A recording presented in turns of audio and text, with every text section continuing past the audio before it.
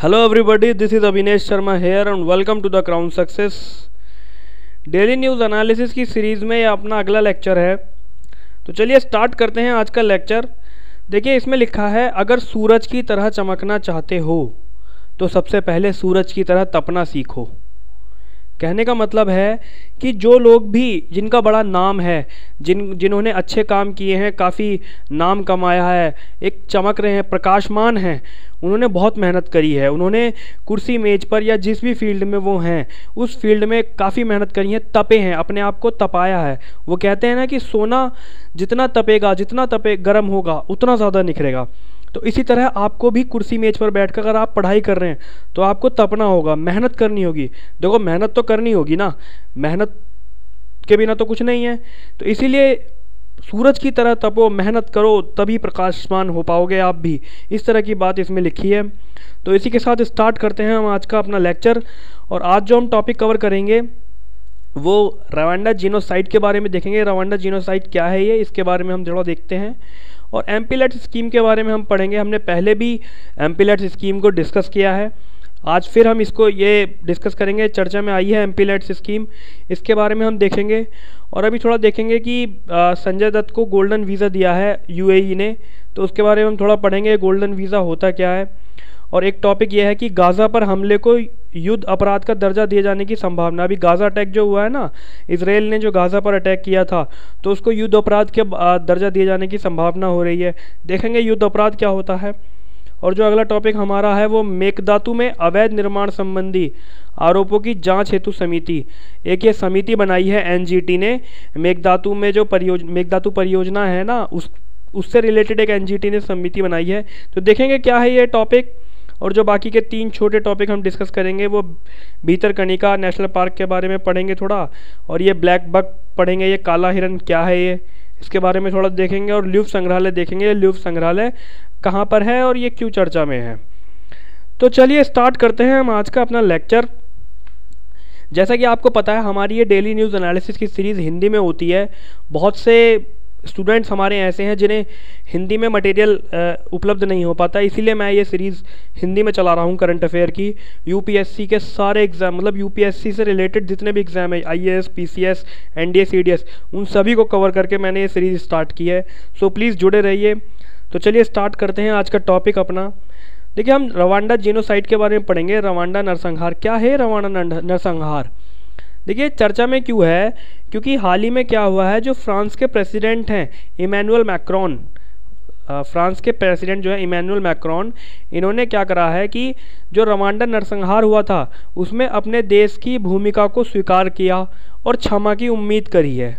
ठीक है, Emmanuel Macron ने रवांडा नरसंहार में अपने देश की भूमिका को स्वीकार किया और क्षमा की उम्मीद की है फ्रांस के प्रेसिडेंट इमैनुअल मैक्रोन ने। अब क्या था ये, थोड़ा इसके बारे में देखेंगे रवांडा नरसंहार के बारे में। उससे पहले देखिए लिखा है, रवांडा ने फ्रांस पर 1994 में देश में हुई नृशंसता में शामिल होने का आरोप लगाया था। 1994 में एक रवांडा नरसंहार हुआ था, नृशंसता हुई थी, तो उसमें जो है फ्रांस के शामिल होने का आरोप लगाया था। तो नरसंहार के बारे में देखने से पहले हम थोड़ी सी रवांडा की स्थिति देख लेते हैं, भौगोलिक स्थिति कहाँ पर है रवांडा। देखिए रवांडा ये अफ्रीका कॉन्टिनेंट में है और जो ये अपनी सीमा साझा करता है वो युगांडा से, बुरुंडी से, तंजानिया से, कॉन्गो से, इन सब से इसकी जो है सीमा साझा होती है। और जो इसकी कैपिटल है, इसकी कैपिटल किगाली है। रवांडा की कैपिटल किगाली है। देखिए इसमें लिखा है, रवांडा मध्य अफ्रीका में स्थित एक स्थलरुद्ध देश है। स्थलरुद्ध मतलब उसके आसपास जो है सभी लैंड है। ठीक है, ये लैंडलॉक्ड देश है। इसकी कैपिटल जो है किगाली है। और यहाँ पर 2 समुदाय हैं, कौन कौन से, एक हुतू और एक तुत्सी। हुतू जो है बहुसंख्यक है, बहुत सारी मात्रा में है, और तुत्सी जो है अल्पसंख्यक है, कम मात्रा में है। अब देखते हैं ये नरसंहार क्या था, इसमें क्या हुआ। रवांडा नरसंहार के बारे में थोड़ा पढ़ते हैं हम। इसे जो है तुत्सी समुदाय के खिलाफ हुए नरसंहार के रूप में भी जाना जाता है। ये जो रवांडा नरसंहार है ना, इसे तुत्सी समुदाय के खिलाफ हुए नरसंहार के रूप में भी जानते हैं। रवांडा में क्या हुआ, यहाँ रवांडा में हुतू समुदाय के बहुमत वाली सरकार के सदस्यों द्वारा, जो हुतू समुदाय थे ना, उनके बहुमत वाली सरकार के सदस्यों द्वारा तुत्सी समुदाय के लोगों का जाति संहार संबंधी सामूहिक हत्याकांड था। यानी कि हुतू समुदाय के बहुमत वाली सरकार ने तुत्सी समुदाय का एक तरह से शोषण किया, ये कहने वाली इसमें बात है। और ये 100 दिनों की अवधि के दौरान, यानी कि 7 अप्रैल से जुलाई 1994 के बीच की घटना है। लगभग 100 दिनों के बीच में 8 लाख से अधिक रवांडावासी मारे गए थे। ये इसमें जो है एक इम्पॉर्टेंट बात थी कि इन 100 दिनों में देखो कितने बड़ा नरसंहार हुआ है, कितनी बड़ी संख्या में रवांडा के लोग मारे गए, 8 लाख से अधिक। अब इसका कारण क्या था, थोड़ा सा इसका कारण देखते हैं। क्या हुआ कि लीग ऑफ नेशंस एक पार्टी थी, बहुमत वाली सरकार की पार्टी, लीग ऑफ नेशंस द्वारा एक अधिकार पत्र जारी किया गया। उस अधिकार पत्र से रवांडा को बेल्जियम के अधीन सौंप दिया। समझे, पहले जो वर्ल्ड वॉर हुआ था ना, फर्स्ट वर्ल्ड वॉर हुआ था, उस फर्स्ट वर्ल्ड वॉर के बाद एक अधिकार पत्र जारी किया लीग ऑफ नेशंस ने, और उस अधिकार पत्र के द्वारा रवांडा को बेल्जियम के अधीन सौंप दिया। बेल्जियम ने हुतू बहुसंख्यक आबादी की बजाय तुत्सी अल्पसंख्यकों का पक्ष लिया। बेल्जियम ने क्या काम करा, जो हुतू बहुसंख्यक आबादी थी ना, उनकी बजाय जो है तुत्सी जो अल्पसंख्यक समुदाय था, एक तुत्सी समुदाय था जो कि कम मात्रा में था, अल्पसंख्यक था, उनका सहायता की बेल्जियम ने, मतलब उनका पक्ष लिया। ठीक है, उसकी वजह से क्या हुआ, तुत्सी और हुतू के बीच जो है दरार हो गई। और जब दरार हुई तो 1959 में हुतू क्रांति के कारण एक क्रांति हुई, हुतू क्रांति के कारण हजारों तुत्सी लोगों को देश छोड़ना पड़ा, देश से पलायन करने पर विवश होना पड़ा। ठीक है, फिर 1962 में आज़ादी हासिल करने के बाद भी तुत्सी समुदाय के खिलाफ जातिगत रूप से प्रेरित हिंसा जो है जारी रही। इसीलिए ये टॉपिक जो है चर्चा में था, रवांडा जिनोसाइड के बारे में, नरसंहार के बारे में। ठीक है, इसके बाद जो हम अपना अगला टॉपिक डिस्कस करेंगे वो MPLADS के बारे में देखेंगे। ये MPLADS स्कीम क्या है, देखिए MP local area development scheme है। ये क्या है, ये संसद सदस्य स्थानीय क्षेत्र विकास योजना। अब ये चर्चा में क्यों है, ये चर्चा में इसलिए है क्योंकि हाल ही में क्या हुआ, कुछ सांसदों द्वारा लोकसभा अध्यक्ष हैं ओम बिरला, उनको पत्र लिखकर संसद सदस्य यानी कि MPLADS को फिर से शुरू करने की मांग की गई है, क्योंकि MPLADS को जो है रोक दिया था। और रोका कैसे था, देखिए इसका बैकग्राउंड थोड़ा सा हम पढ़ते हैं कि केंद्र सरकार द्वारा अप्रैल 2020 में आपदा प्रबंधन अधिनियम का प्रयोग करते हुए संसद सदस्य यानी कि MPLAD योजना को निलंबित कर दिया था। तो इसीलिए ये चर्चा में है कि इनकी जो है फिर से स्टार्ट करने की मांग सांसदों द्वारा की गई है कि MPLADS स्कीम को फिर से स्टार्ट किया जाए। लोकसभा अध्यक्ष ओम बिरला को ये पत्र लिखा है संसद सदस्यों ने। इसलिए हम थोड़ा सा ये देखेंगे कि MPLADS स्कीम ये चर्चा में आई है और ये क्या है, इसके बारे में हम थोड़ा सा पढ़ते हैं।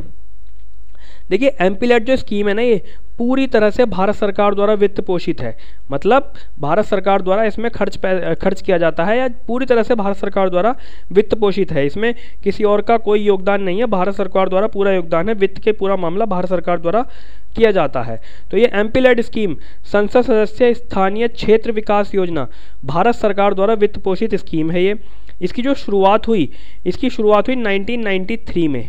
ठीक है, और जो इसकी शुरुआत करने का जो उद्देश्य था, इसका ऑब्जेक्टिव जो था वो था कि संसद सदस्यों के लिए स्थानीय ज़रूरतों के आधार पर, मतलब जो जिस क्षेत्र के सांसद हैं उनको स्थानीय ज़रूरतों के आधार पर फंड की व्यवस्था करना था उस क्षेत्र में डेवलपमेंट के लिए, मतलब विकासात्मक प्रकृति के कार्यों की सिफारिश करने हेतु। जिस क्षेत्र के सांसद हैं उन्हें अपने लोकल में, अपने संसद से क्षेत्र में वहाँ पे डेवलपमेंट के लिए वो फंड की व्यवस्था करती थी ये MPLAD स्कीम के तहत। ठीक है, इसके तहत क्या होता था, प्रत्येक संसदीय क्षेत्र को, जो भी संसदीय क्षेत्र है उसको 5 करोड़ रुपए पर साल, मतलब हर साल उसे 5 करोड़ रुपए का MPLADS फंड दिया जाता था। ठीक है, MPLAD फंड जो है हर साल 5 करोड़ रुपए दिया जाता था, मतलब 5 सालों में 25 करोड़ रुपए। अब ये दिया किस प्रकार जाता था और ये क्या होता था, थोड़ा इसके बारे में हम थोड़ा पढ़ते हैं। और ये फंड जारी किस तरह होता था उसके बारे में हम देखेंगे, और इसके लिए अनुशंसा कौन करता था ये भी हम देखेंगे। ठीक है, तो पहले क्या होता था कि ये फंड जो है इसकी जो फंड, ये जो फंड की राशि होती है, इसकी 15% राशि, कम से कम 15% राशि जो है अनुसूचित जाति की आबादी वाले क्षेत्रों में खर्च की जाएगी। इस तरह के इसमें प्रावधान है एमपीलेट्स स्कीम में कि इसकी 15% जो राशि होगी टोटल की, वो 15% अनुसूचित जाति की आबादी वाले क्षेत्रों में खर्च की जाएगी तथा 7.5% राशि इसकी अनुसूचित जनजाति वाले आबादी क्षेत्रों में कराए जाने वाले कार्यों पर इनका खर्च करना अनिवार्य है। ये इसके प्रावधान है कि 15% जो है अनुसूचित जाति वाले क्षेत्रों में खर्च करना है और बाकी का 7.5% इसमें से वो अनुसूचित जनजाति वाले क्षेत्रों में जो है खर्च करना है। अब ये फंड जारी कैसे होता है और ये फंड किस तरह से खर्च किया जाता है, थोड़ा इसके बारे में देखते हैं। ये जो सांसद फंड है, सांसद निधि जो है, सीधे जिलाधिकारियों को ग्रांट इन एड के रूप में जारी की जाती है। ये जो सांसद निधि है सीधे जिला अधिकारियों को सहायता अनुदान ग्रांट्स इन एड के रूप में जारी किया जाता है। ये नॉन लैप्सेबल होती है। नॉन लैप्सेबल का मतलब ये होता है कि जैसे इस साल आपको फंड मिला, जैसे आप सांसद हैं किसी क्षेत्र के और आपको इस साल 5 करोड़ रुपए मिले, आपने 5 करोड़ रुपए उस किसी विकास में, डेवलपमेंट में खर्च कर दिए, फिर तो ठीक है। और अगर आप नहीं कर पाए तो ये अगले साल आपको यूज़ में नहीं आएंगे। ये जो है नॉन लैप्सेबल है, मतलब फंड दिए गए साल में खर्च ना होने पर अगले साल के फंड में ऐड नहीं होगा, ये इसी साल पूरा हो जाएगा। 5 करोड़ इससे अच्छा कि पूरे ही कर लो, पूरा ही डेवलपमेंट करो, है ना। उससे क्या होगा, आपके क्षेत्र का भी विकास होगा, आपका भी नाम होगा। ऐसा कुछ इसमें है कि ये जो फंड है ये नॉन लैप्सेबल है और इसे जो है ये नॉन लैप्सेबल रखने का मकसद भी यही है कि आप जो है पूरा 5 करोड़ रुपए डेवलपमेंट में लगाओ। बचा के तो कोई फ़ायदा ही नहीं है, मतलब कि अगले साल यूज़ कर लेंगे, ऐसा तो कुछ है ही नहीं। इसलिए पूरा 5 करोड़ रुपए आप जो है डेवलपमेंट में लगाओ, इसलिए नॉन लैप्सेबल ये किया गया है, ये जो फंड है एक साल का, ठीक है। इस योजना के तहत क्या होता है, जो सांसदों की भूमिका होती है वो सिफारिश करने की होती है। मेन काम जो है जिलाधिकारी होता है और जो जिला प्राधिकरण द्वारा संबंधित जिले में जो परियोजनाएं चलाई जा रही हैं उनका कम से कम 10% परियोजनाओं का हर साल निरीक्षण किया जाएगा जिला प्राधिकरण द्वारा। जो डीएम वगैरह होते हैं ना, उनके द्वारा जो है ये कार्य किया जाएगा। अब इसके लिए जो अनुशंसा की गई है, कार्य करने के लिए अनुशंसा कैसे की जाएगी, देखिए लोकसभा अध्यक्ष अपने संबंधित निर्वाचन क्षेत्रों में कराए जाने वाले कार्यों की सिफारिश कर सकते हैं। लोकसभा सदस्य जो होंगे वो अपने संबंधित निर्वाचन क्षेत्रों में कराए जाने वाले कार्यों की सिफारिश कर सकते हैं। इसके तहत राज्यसभा के जो निर्वाचित सदस्य होंगे वो संबंधित राज्य में, जिस राज्य के राज्यसभा के निर्वाचित सदस्य हैं, वो उस राज्य में कहीं भी कराए जाने वाले कार्यों की सिफारिश कर सकते हैं। तीसरा, लोकसभा और राज्यसभा के नामित सदस्य, जो लोकसभा और राज्यसभा के नामित सदस्य होते हैं ना, वो कहीं भी कराए जाने वाले कार्यों का चयन व सिफारिश कर सकते हैं इसकी। अब इसमें जो एक क्वेश्चन बन सकता है, वो क्वेश्चन क्या बन सकता है, ये मेंस के लिहाज से इंपॉर्टेंट हो सकता है ये क्वेश्चन, कि क्या एम्पिलेंट्स द्वारा सार्वजनिक आलोचनात्मक परीक्षण कीजिए सेवाओं को प्रदान किया जाने वाला प्रावधानों में मौजूदा अंतरालों को पाटने में सहायता की गई है। इस तरह का ये क्वेश्चन है, इसके बारे में आप थोड़ा देखेंगे और अपनी समस्या लिखेंगे। मैं जल्दी ही एक सीरीज स्टार्ट करूँगा जिसमें आप आंसर लिखकर भेजा करेंगे, ठीक है। तो ये एम्पिलेट्स के बारे में हमने अच्छे से समझा कि ये अभी चर्चा में क्यों है, क्योंकि ओम बिरला को पत्र लिख कर दिया है। इसके बारे में हमने देखा कि 1993 में स्टार्ट की गई थी। 5 करोड़ रुपए हर साल दिए जाते हैं सांसदों को जिला प्राधिकरण द्वारा, यानी कि जिले के अधिकारी द्वारा जो है ये उनसे सिफारिश करके सहायता राशि यूज़ की जाती है। लोकसभा सदस्य अपने निर्वाचन क्षेत्र में इसकी सिफारिश कर सकते हैं। राज्यसभा के निर्वाचित सदस्य और जो ये नामी सदस्य होते हैं वो देश में कहीं भी कराए जाने वाले कार्यों का चयन व सिफारिश कर सकते हैं। तो ये बात एम्पिलेट्स के बारे में थी, ठीक है। इसके बाद जो हम अगला टॉपिक अपना डिस्कस करेंगे वो पढ़ेंगे गोल्डन वीज़ा के बारे में कि ये गोल्डन वीज़ा क्या है। जैसे अभी हाल ही में क्या हुआ है कि यूएई द्वारा, संयुक्त अरब अमीरात द्वारा जो बॉलीवुड अभिनेता है ना संजय दत्त, इनको यूएई द्वारा गोल्डन वीज़ा प्रदान किया गया है। और ये जो गोल्डन वीज़ा होता है ना, ये 5 और 10 वर्ष के लिए दिया जाता है। 5 और 10 वर्ष के लिए गोल्डन वीज़ा दिया जाता है। देखिए ये संजय दत्त का फोटो है और ये इनके हाथ में गोल्डन वीज़ा है, ठीक है। ये इनको दिया गया है, इसीलिए चर्चा में है। अब थोड़ा देखते हैं कि ये गोल्डन वीज़ा है क्या, ठीक है। ये गोल्डन वीज़ा है क्या। साल 2019 में यूएई द्वारा दीर्घकालिक निवास वीज़ा जारी करने के लिए एक नई प्रणाली लागू की गई थी। दीर्घकालिक निवास वीज़ा मतलब लंबे समय तक रहने के लिए एक वीज़ा जो है जारी किया गया था, एक प्रणाली लागू की गई थी। इसके तहत क्या था कि जो विदेशी नागरिक थे, मतलब दुबई से यूएई से सॉरी दुबई क्या यूएई संयुक्त अरब अमीरात से बाहर के जो लोग हैं वो विदेशी नागरिक हैं, इनको बिना किसी स्थानीय प्रयोजक के यूएई में रहने, काम करने और पढ़ाई करने की सुविधा प्रदान की जाती है इस वीज़ा के तहत या इस प्रणाली के तहत। इसके अलावा एक नई व्यवस्था के तहत एक कोई नई व्यवस्था स्टार्ट की गई, उसके तहत क्या हुआ, जो विदेशी नागरिक हैं इनको 100% स्वामित्व के साथ यानी अपने प्रभुत्व के साथ अपना व्यवसाय करने की भी सुविधा उपलब्ध होती है। मतलब किसी से कुछ टेंशनबाजी कुछ ज़रूरत नहीं है, अपने हिसाब से काम करना है भैया, अपने स्वामित्व के साथ जो है अपना व्यवसाय शुरू कर देना, अपनी दुकानदारी वहाँ पे स्टार्ट कर देनी है। इस तरह की प्रणाली की शुरुआत ये की गई है जिसे गोल्डन वीज़ा कहते हैं।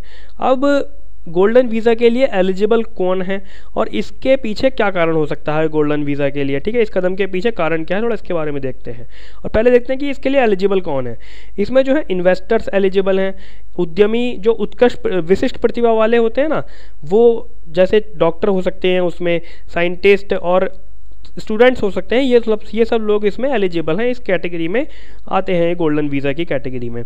अब इसके पीछे कारण क्या है, देखिए यूएई की अर्थव्यवस्था को कोविड-19 महामारी और तेल की गिरती कीमतों की वजह से बुरी तरह से प्रभावित हुई हैं। ये जो यूएई की अर्थव्यवस्था है ना, कोविड-19 जो पैंडेमिक चल रहा है, ये इस पैंडेमिक से और जो तेल की कीमतें गिर गई हैं क्योंकि तेल आ नहीं रहा है कहीं से बाहर से, तो वहाँ पे तेल की कीमतें भी गिर गई हैं, तो इस वजह से क्या हुआ है, इनकी अर्थव्यवस्था बुरी तरह से जो है प्रभावित हुई है, जिसकी वजह से जो वहाँ पे कई सारे प्रवासी थे उनको जो है देश छोड़ना पड़ा। मतलब विदेशी लोग जो यूएई में काम करते थे या पढ़ते थे या पढ़ाते थे या जिनका कोई अपना व्यापार था, उसको जो है देश छोड़ना पड़ा है उनको।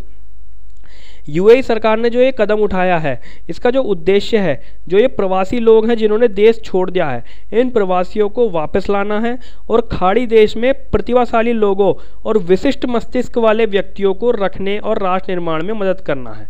मतलब ये फिर से स्टैंड लेना चाह रहे हैं, जो इनकी अर्थव्यवस्था खराब हुई है, ये बढ़िया प्रतिभा वाले लोगों को बुलाना चाह रहे हैं इस वीज़ा के तहत, ताकि इनके देश का नाम हो। इस तरह की बातें ये सोच रहे हैं, इसीलिए इन्होंने गोल्डन वीज़ा प्रणाली जो है इसकी शुरुआत की है। सरकार द्वारा कुछ छूटें दी जा रही हैं, जैसे विभिन्न विशेषज्ञता वाले क्षेत्रों के प्रतिभाशाली पेशेवरों को आकर्षित करेंगी। जो ये छूटें दी जा रही हैं ना, वो एक विशिष्ट मतलब जो जिनमें कोई विशेषता है उनको आकर्षित करेंगी, वो लोग फिर वहाँ जाएंगे और काम करेंगे। तो मतलब इस तरह से ये लोग अपनी अर्थव्यवस्था को स्टैंड कराना चाह रहे हैं।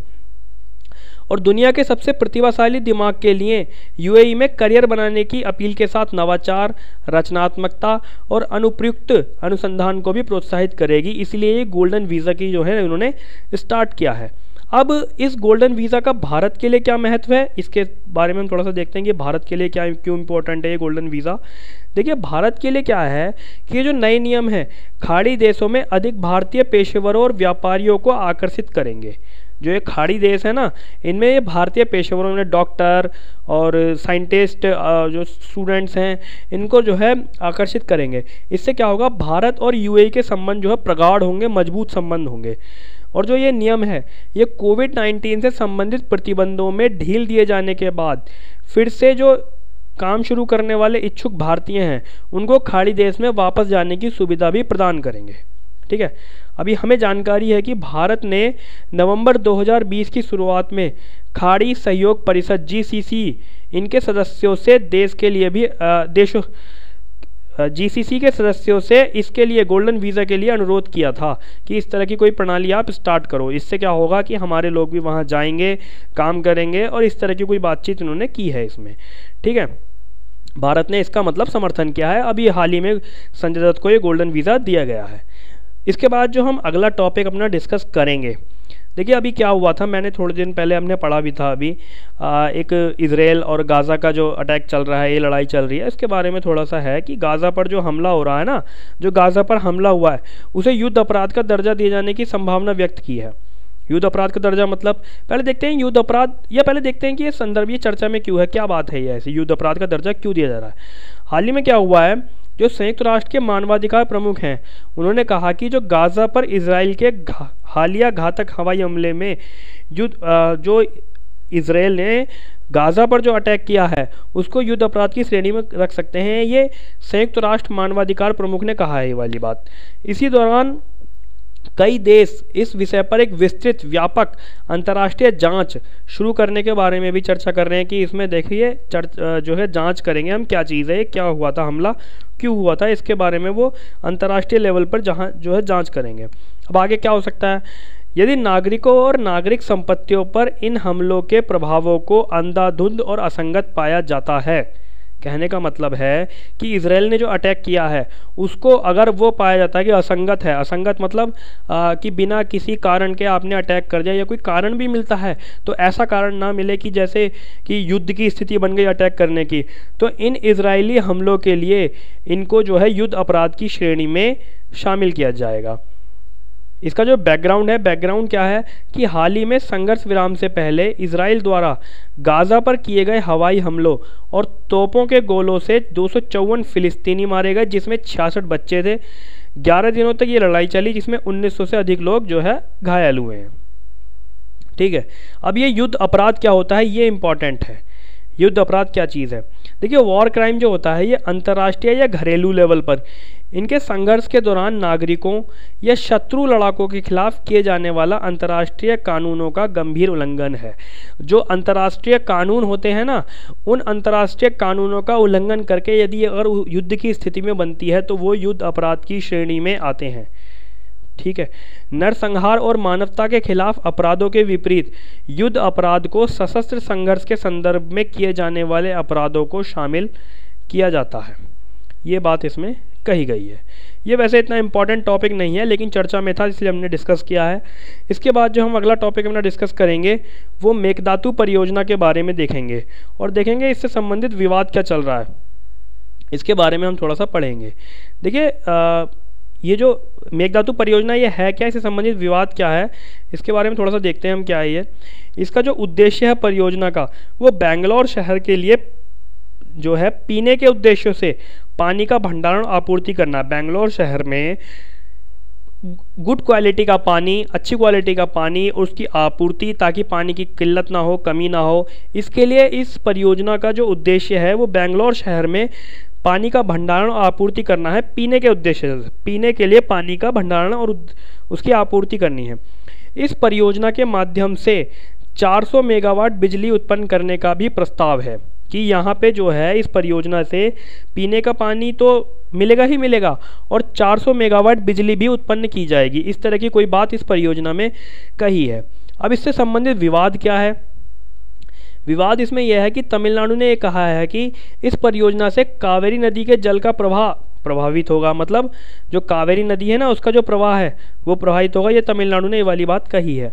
और तमिलनाडु ने यह भी कहा है कि यह परियोजना उच्चतम न्यायालय और कावेरी जल विवाद न्यायाधिकरण CWDT के अंतिम आदेशों का उल्लंघन करती है, जिसके अकॉर्डिंग अंतर्राज्यीय नदियों के पानी पर कोई भी राज्य विशेष स्वामित्व का दावा नहीं कर सकता और ना ही किसी राज्य के लिए अन्य राज्यों को इन नदियों के पानी से वंचित करने का दावा करने का अधिकार है। इस तरह की बात इन्होंने कही है तमिलनाडु ने कि सुप्रीम कोर्ट के ऑर्डर का भी इन्होंने उल्लंघन किया है।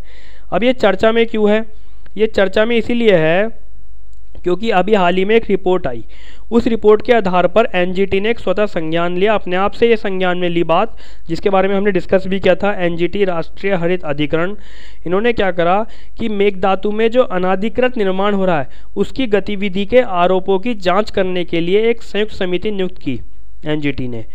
हमें ज्ञात है कि मेघदूत में कर्नाटक सरकार द्वारा मेघदातु में कर्नाटक सरकार द्वारा कावेरी नदी पर एक बांध बनाने का प्रस्ताव रखा गया था। ठीक है, अब NGT के बारे में देखते हैं हम, इसका NGT का अधिकार क्षेत्र क्या है। देखिए NGT जो है यदि कोई परियोजना एनवायरमेंट इम्पैक्ट असेसमेंट का अध्ययन किए बिना, इसकी स्टडी किए बिना, मतलब पर्यावरणीय प्रभाव आकलन की स्टडी किए बिना, आवश्यक मंजूरी प्राप्त किए बिना शुरू की जाती है। इस तरह की कोई गाइडलाइन होती हैं NGT की, इस तरह की कोई इन्वायरमेंट इम्पैक्ट असेसमेंट का स्टडी ना करे और जो है आवश्यक मंजूरी ना ले, उसके बिना स्टार्ट की जाती है तो पर्यावरण को प्रभावित करने वाला एक अनाधिकृत कार्य होगा और एनजीटी को हस्तक्षेप करने का उसमें जो है पूरा अधिकार होगा। अब मेघधातु की अवस्थिति के बारे में जानते हैं हम, क्या है ये। इसका जो अर्थ होता है वो बकरी की छलांग होता है, गॉड स्लीप, ठीक है। मेघधातु एक गहरा खड्ड होता है, गार्ज, और यह कावेरी और उसकी सहायक नदी अर्कावती के संगम पर स्थित है मेघधातु परियोजना, ठीक है। ये इस तरह की बात इसमें कही गई है मेघधातु परियोजना में। इसके बाद जो हम अगला टॉपिक अपना डिस्कस करेंगे वो एक छोटे छोटे टॉपिक हैं हमारे जो प्रीलिम्स के लिहाज से इम्पोर्टेंट है, जैसे ल्यूव्र म्यूज़ियम, ल्यूव्र संग्रहालय पेरिस में है ये, और जो बाकी के टॉपिक हैं हमारे भीतरकनिका राष्ट्रीय उद्यान और ब्लैक बक के बारे में हम देखेंगे, ठीक है। ये जो है ल्यूव्र संग्रहालय ये चर्चा में क्यों है, देखिए ये इसकी फ़ोटो है, ठीक है। देखिए कितना बढ़िया बनाया हुआ है ये म्यूज़ियम। तो ये अभी हाल ही में चर्चा में क्यों है, क्या हुआ है कि कला इतिहासकार और क्यूरेटर लॉरेंस डेस्कॉर्स ल्यूव्र संग्रहालय के 228 साल के इतिहास में, मतलब कला इतिहासकार और क्यूरेटर लॉरेंस डेस्कॉर्स ल्यूव्र संग्रहालय के ल्यूव्र म्यूजियम के 228 साल के इतिहास में इसकी अध्यक्ष नियुक्त होने वाली पहली महिला बनी है। मतलब 228 साल के इतिहास में अध्यक्ष नियुक्त होने वाली पहली महिला है ये क्यूरेटर लॉरेंस डेस्कॉर्स, ठीक है। अब ये ल्यूव्र संग्रहालय कहाँ पर है, पेरिस में स्थित है ये, और पूरी दुनिया का सबसे बड़ा एक कला संग्रहालय है, कला म्यूजियम है, ठीक है। और दुनिया में सबसे ज़्यादा देखा जाने वाला संग्रहालय भी यही है, ल्यूव्र संग्रहालय। अब ये संग्रहालय इम्पॉर्टेंट क्यों है, इम्पॉर्टेंट इसलिए है क्योंकि इस संग्रहालय में मोनालिसा की क्लासिक पेंटिंग रखी हुई है।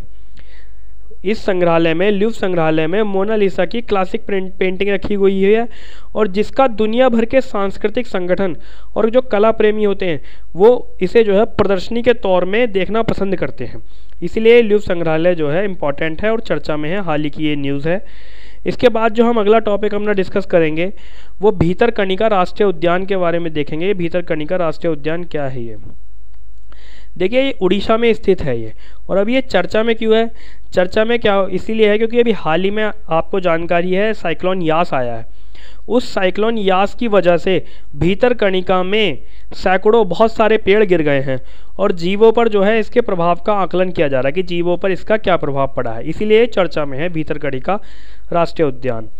थोड़ा सा इसके बारे में हम देखते हैं, इसकी हिस्ट्री और बैकग्राउंड देखते हैं क्या है ये ओडिशा में स्थित है भीतरकनिका राष्ट्रीय उद्यान, और अपने मैंग्रोव वनों, प्रवासी पक्षियों, कछुओं, ज्वार नदमुखी मगरमच्छों और अनगिनत सकरी खाड़ियों के लिए प्रसिद्ध है ये भीतरकनिका राष्ट्रीय उद्यान, ठीक है, जो भारत का दूसरा सबसे बड़ा मैंग्रोव वन क्षेत्र है ये। अब इसमें आपके लिए एक क्वेश्चन है कि भारत का सबसे बड़ा मैंग्रोव वन क्षेत्र कौन सा है, क्योंकि ये भीतरकनिका तो दूसरा है मैंग्रोव वन क्षेत्र, ठीक है।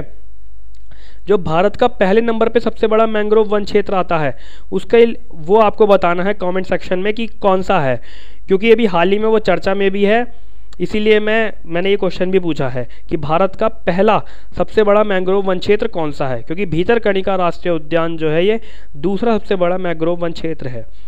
भीतरकनिका में 3 संरक्षित क्षेत्र हैं, जैसे कौन कौन से हैं वो, भीतरकनिका राष्ट्रीय उद्यान, भीतरकनिका वन्यजीव अभ्यारण्य और गहिरमाथा समुद्री अभ्यारण्य शामिल है, ठीक है। ये जो मैंग्रोव वन वाली बात मैंने कही है पहले की, वो हाल ही में चर्चा में है, अभी कल परसों से उसमें बहुत घमासान चल रहा है उस क्षेत्र को लेकर, तो इसीलिए आपको बताना है कि पहला सबसे बड़ा मैंग्रोव वन क्षेत्र कौन सा है, ठीक है।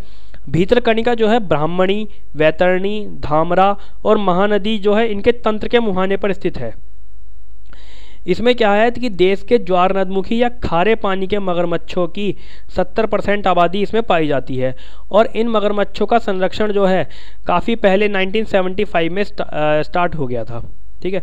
इस क्षेत्र को 1998 में एक राष्ट्रीय उद्यान और 2002 में यूनेस्को द्वारा रामसर साइट के रूप में नामित किया गया भीतरकनिका राष्ट्रीय उद्यान को, ठीक है।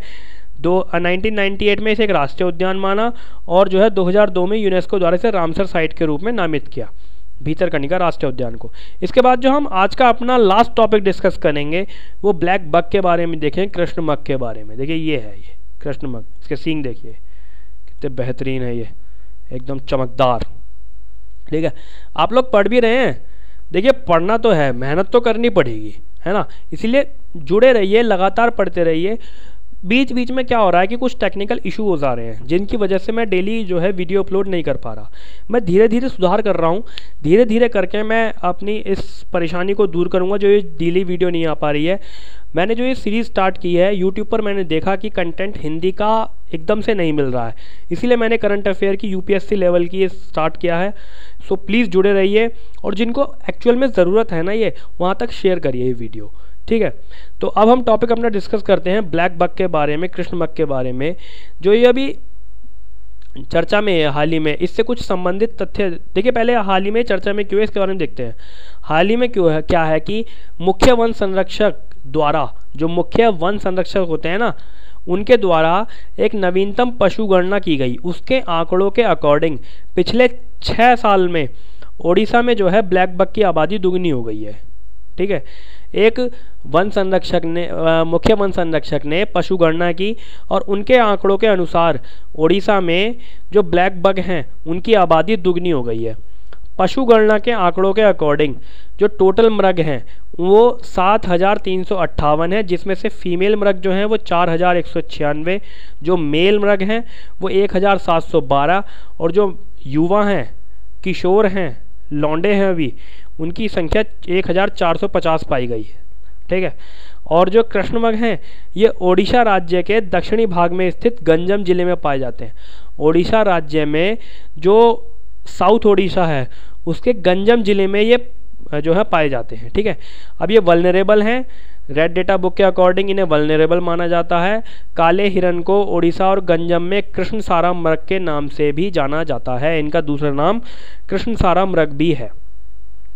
इससे रिलेटेड कुछ और तथ्य हैं, वो क्या है कि जो राजस्थान का बिश्नोई समुदाय है वो कृष्णमृग और चिंकारा के संरक्षण के लिए वो कृष्णमृग और चिंकारा के संरक्षण के प्रयासों के लिए दुनिया भर में जाना जाता है।